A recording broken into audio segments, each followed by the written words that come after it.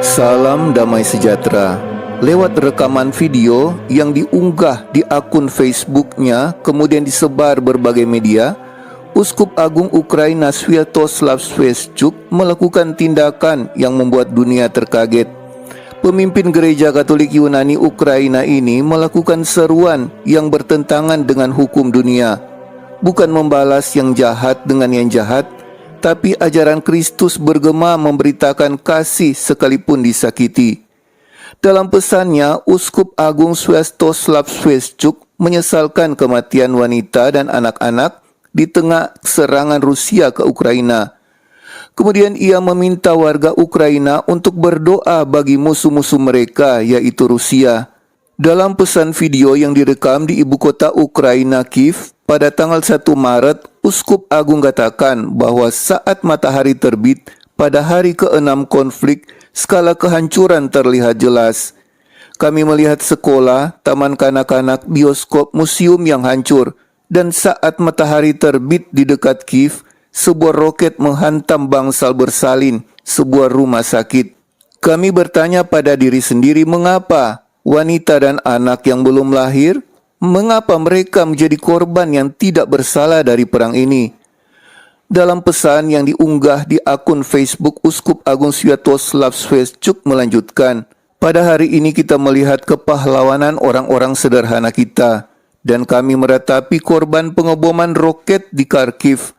Tetapi kemarin kita melihat bagaimana penduduk kota Berdyansk dengan tangan kosong mengusir tentara Rusia hanya dengan tangan kosong tanpa membawa senjata, dengan slogan Berdyansk adalah Ukraina, dan di atas balai kota bendera Ukraina dikibarkan.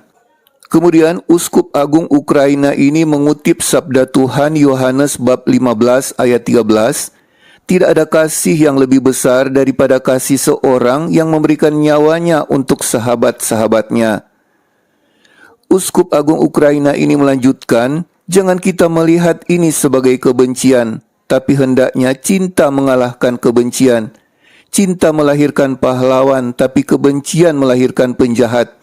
Itu sebabnya saya mendorong kita semua, marilah kita belajar mencintai di masa tragis ini. Janganlah kita tertawan oleh kebencian. Janganlah kita menggunakan bahasa kebencian.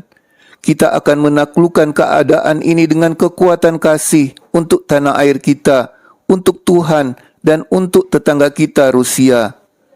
Pesan Uskup Agung Ukraina ditutup dengan seruan, saya dengan tulus meminta Anda, mari kita berdoa bukan hanya untuk perdamaian di Ukraina, tetapi mari kita berdoa untuk musuh-musuh kita, untuk pertobatan mereka, untuk pertobatan Rusia, seperti yang diminta Bunda Maria dari Fatima untuk kita. Itulah pesan dari pemimpin Gereja Katolik Ukraina, sebuah pesan yang syarat dengan ajaran utama Kristus, yaitu kasih. Di saat semua dihancurkan musuh, di saat banyak air mata dan kesusahan yang disebabkan oleh serangan Rusia, tapi Uskup Agung Katolik Ukraina mengingatkan umat Katolik untuk tetap tidak membenci, tapi tetap mengasihi dengan mendoakan Rusia. Dengan marah dan membenci musuh kita hanya mendapat kepuasan nafsu amarah kita, tapi kita tidak menang. Dengan memaafkan kita menyerahkan semuanya kepada Tuhan, karena pembalasan adalah hak Tuhan. Kita tidak diajar untuk membalas yang jahat dengan yang jahat. Apapun yang terjadi, kita diajar untuk mengampuni dan terus mengampuni, bahkan sampai 70 kali 7 kali mengampuni. Roma bab 12 ayat 19 sampai 21, saudara-saudaraku yang kekasih, janganlah kamu sendiri menuntut pembalasan, tetapi berilah tempat kepada murka Allah. Sebab ada tertulis, pembalasan itu adalah hakku. Akulah yang akan menuntut pembalasan, firman Tuhan. Tetapi jika setermu lapar, berilah dia makan. Jika ia haus, berilah dia minum. Dengan berbuat demikian, kamu menumpukkan bara api di atas kepalanya.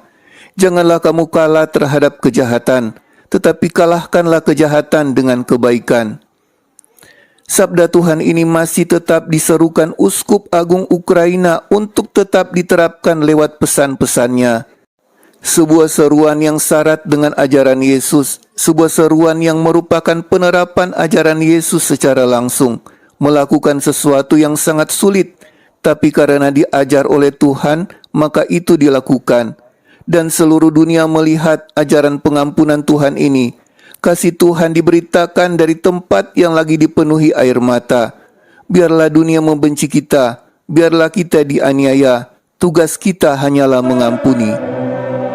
Bagi saudara yang merasa terberkati dengan video ini,